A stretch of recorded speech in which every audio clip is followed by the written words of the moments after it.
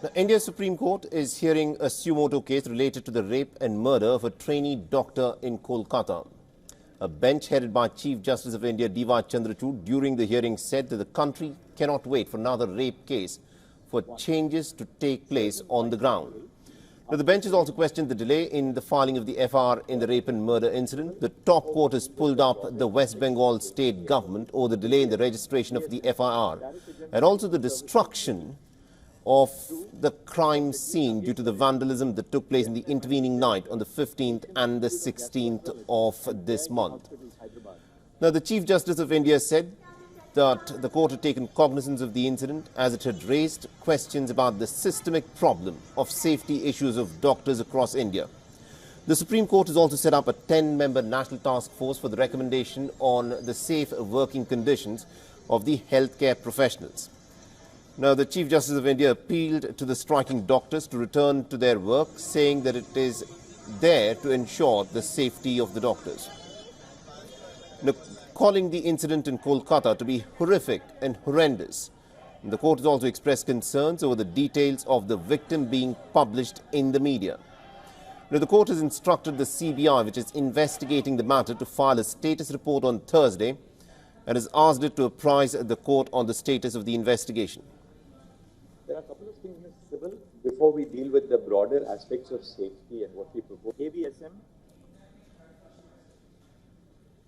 All right, now to give us more perspective in terms of how the investigation, of course, is going forward, we're being joined by Mr. A.P. Singh, who's a former director of the Central Bureau of Investigation. He's, of course, joining us live on this broadcast. Mr. Singh, let me, in fact, start off by asking you this. Considering the fact that the crime scene was vandalized in the intervening night on the 15th and the 16th of August, how challenging do you think it will be for the CBI, which is now investigating the case, to put forth a watertight case to get a conviction here? See, unfortunately, whenever CBI gets a case, it's never given immediately. It is always, sometimes it takes a couple of days, sometimes it could take a week, a month, 6 months. So we always never get a pristine scene of crime, and that definitely damages the investigation. There is something called the Locardo principle of exchange, which every police officer is taught. That is that there is always some exchange of evidence between the criminals and in the crime scene. So whenever a criminal leaves the crime scene, he always leaves something behind. Now, if I don't know what the situation of the crime scene is, whether the Kolkata police had initially preserved it and taken whatever, they'd got a forensic team and they'd got it properly examined. Because now when the CBI goes, there's really not going to be much there. Right now, according to reports that are coming in, as part of the investigation, it's being said that the suspect who's being detained in this case was subjected to first a psychoanalysis and subsequently even to a polygraph test.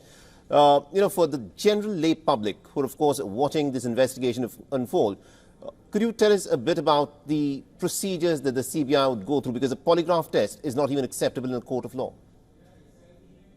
No, it's not acceptable, but it's an aid to investigation. Like if you give a polygraph test and he confesses to the crime and he tells you that, this is how I did it, these are the weapons I used, then you can go and collect that evidence, and that becomes proper evidence admissible in court. So it is an aid to the investigation. It is not something that your investigation can stand on, but it can help you it can guide the investigation. So a lie detector test is very helpful, and it is quite important. And actually, it's this accused. We don't know what his interrogation has revealed. Has he confessed to the crime? Has he told them that was he alone, or were there multiple people involved? And if there was a conspiracy behind it. So those aspects are very important, and his interrogation is going on. So I'm sure that something positive will come out of that. And also, so you've been a former director of the CBI. Considering as to how politicized this case has become, what are the pulls and pressures that will be there on the CBI to go ahead and complete this investigation quickly? And how much do you think that affects the working of the CBI?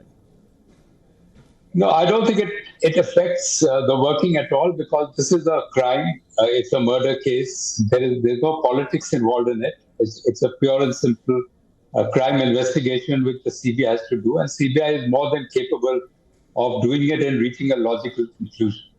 Only thing is that, if you keep pressurizing that, it must be done in a hurry, there's a certain timeline. No.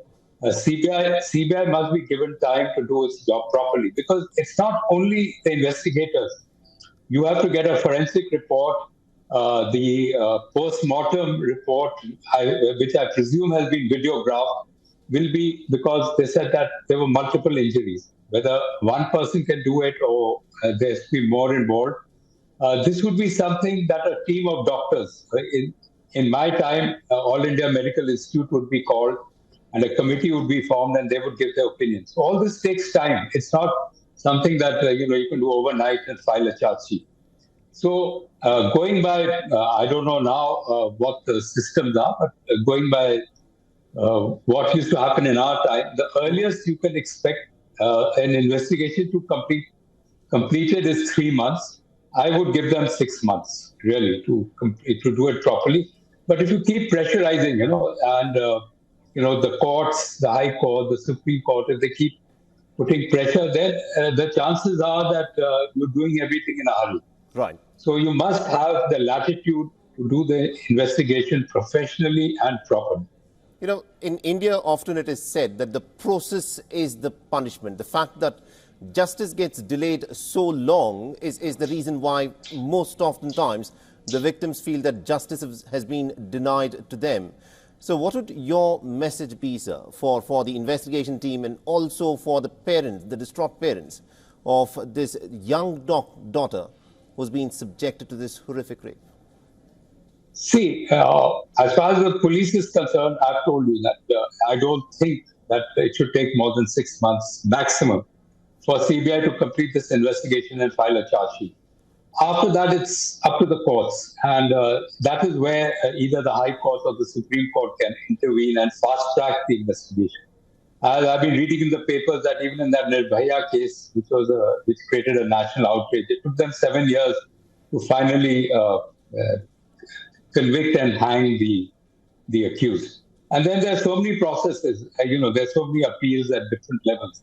So to expect immediate retribution, I don't think that's possible. But yes, it can be fast-tracked. And for that, the High Court and the Supreme Court will definitely come into the picture.